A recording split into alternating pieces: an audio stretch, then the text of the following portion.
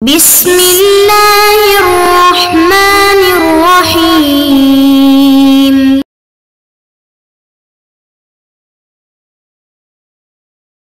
اعوذ باللہ من الشیطان الرجیم، بسم اللہ الرحمن الرحیم۔ عزیز طلباء کرام، السلام علیکم ورحمۃ اللہ وبرکاتہ۔ امید ہے آپ سب خیر و عافیت سے ہوں گے۔ جواہر البلاغہ حصہ دوم، سبق نمبر 62۔ جیسا کہ آپ عزیزان جانتے ہیں، بلاغت کنایہ کے حوالے سے ہماری بحث جاری تھی۔ تو وہ خصوصیات کی جن کی وجہ سے کنایہ فصیح و بلیغ شمار کیا جاتا ہے، کہ جن کا کنایہ کی بلاغت میں کردار ہے، تو ان میں سے دو ہم کل پڑھ چکے تھے، اور دو خصوصیات رہتے ہیں، وہ انشاءاللہ آج پڑھیں گے۔ کل 4 خصوصیات ہیں، جن میں سے پہلے 2 ہم پڑھ چکے تھے، یعنی اختصار اور اجمال کے باوجود دعویٰ کو دلیل سمیت بیان کیا جاتا ہے کنایہ کے ذریعے سے۔ اسی طرح کنایہ کے ذریعے سے معنی اور مفاہیم کو بہتر انداز میں محسوسات کی شکل میں پیش کیا جاتا ہے۔ تیسری یہ ہے کہ ادب کے دائرے میں رہتے ہوئے کنایہ کے ذریعے سے کسی پر طنز کر سکتے ہیں، کسی کو طعنہ دے سکتے ہیں، اور اسی طرح کسی پر غصہ نکال سکتے ہیں جبکہ اس کو محسوس بھی نہ ہو۔ اور چوتھی خصوصیت یہ ہے کہ کنایہ کے ذریعے سے کسی قبیح چیز کا نام لیے بغیر اس کا آپ ذکر کر سکتے ہیں۔ عبارت کی طرف آتے ہیں، کوئی مشکل نقطہ نہیں ہے۔ وَمِنْ خَوَاصِ الْكِنَایَةِ أَنَّهَا تُمَكِّنُكَ مِنْ أَنْ تَشْفِي غُلَّتَكَ مِنْ خَصَمِكَ مِنْ غَيْرِ أَنْ تَجْعَلَ لَهُ إِلَيْكَ سَبِيلًا وَدُونَ أَنْ تَخْدُشَ وَجْهُ الْأَدَبِ وَهَذَا النَّوْعُ يُسَمَّى بِالتَّعْرِيضِ۔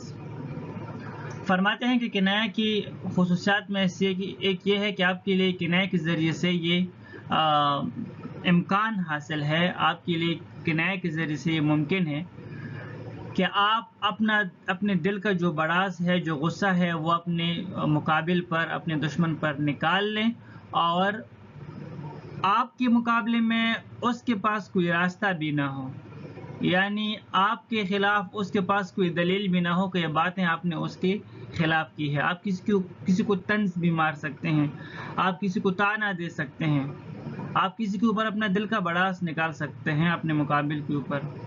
اور ساتھ یہ کہ جو ادب کا دائرہ ہے نا، ادب کے دائرے میں رہتے ہوئے آپ یہ سب کچھ کر سکتے ہیں۔ ادبی الفاظ میں آپ کسی کو گالی دینا چاہیں تو کنایہ سے بہتر کوئی چیز نہیں۔ اور اس نوع کو تعریض کہا جاتا ہے۔ تعریض، جس کے بارے میں ہم پہلے پڑھ چکے ہیں نا، اس کو تعریض کہتے ہیں۔ تو یہ آپ کنایہ کے ذریعے سے بہترین انداز سے کر سکتے ہیں۔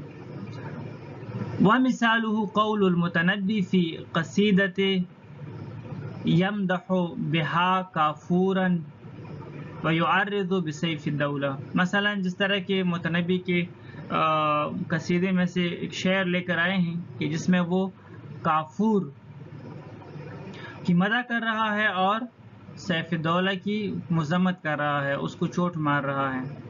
فَلَوْ كَانَ مَا بِي مِنْ حَبِيبٍ مُقَنَّعٍ عَذَرْتُ وَلَكِنَّ مِنْ حَبِيبٍ مُعَمَّمٍ رَمَى وَأَتْقَى رَمِي وَمِنْ دُونِ مَتَّقِي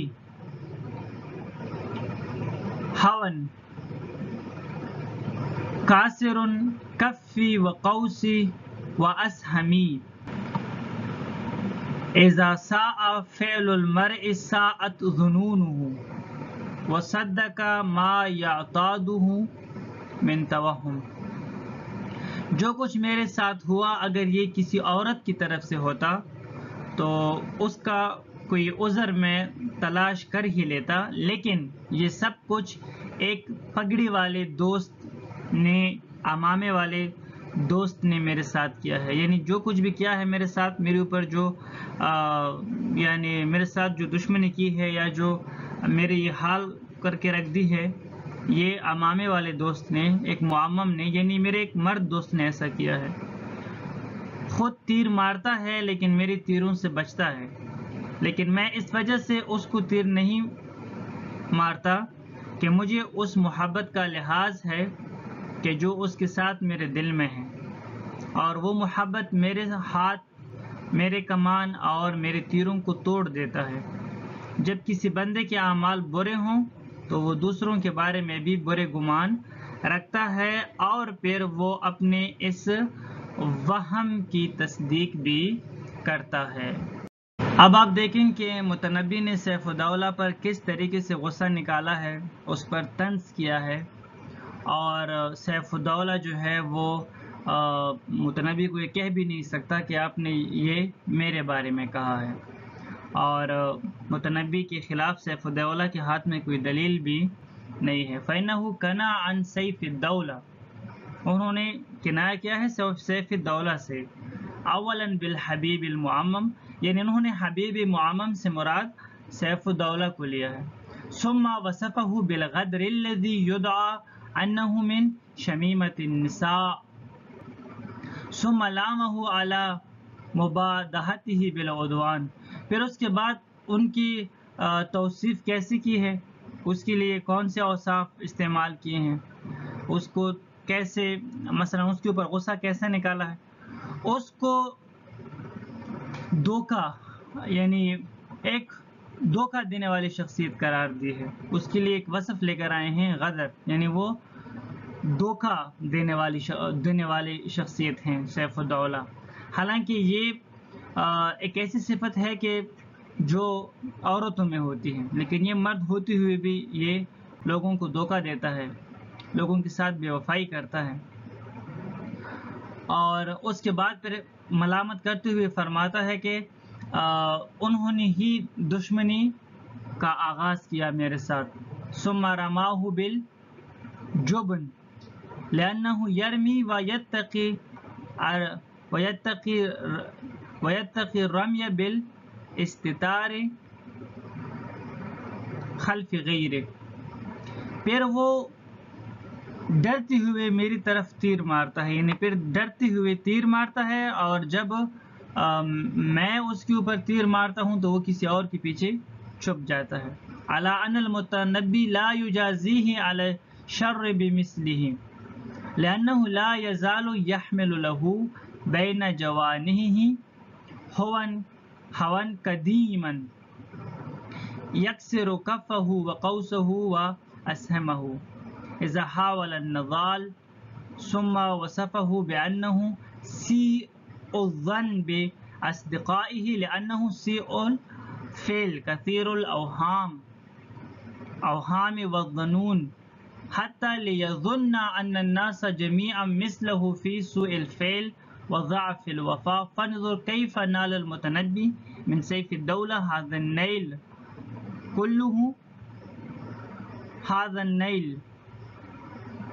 كله من غير أن يذكر من اسمه حرفا۔ فرماتے ہیں کہ متنبی جو ہے، یعنی وہ تو تیر مارتا رہتا ہے متنبی کے اوپر، لیکن متنبی جو ہے وہ تجاوز نہیں کرتا، وہ سیف الدولہ کے ساتھ نہیں لڑتا۔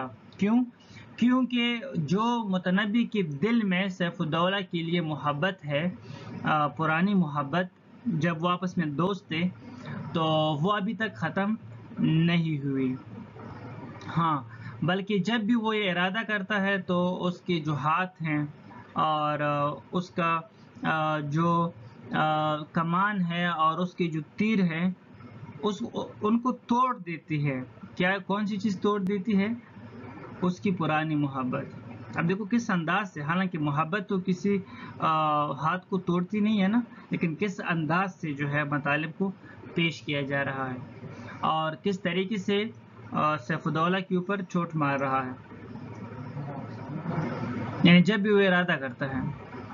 ثم وصفہ، پھر اس کے بعد سیف الدولہ کے بارے میں کون سی صفات لے کر آتا ہے، کس طرح اس کی توصیف کرتا ہے، تو کہتا ہے کہ وہ ایک ایسا بندہ ہے کہ جو بدگمان ہے اپنے دوستوں کے بارے میں۔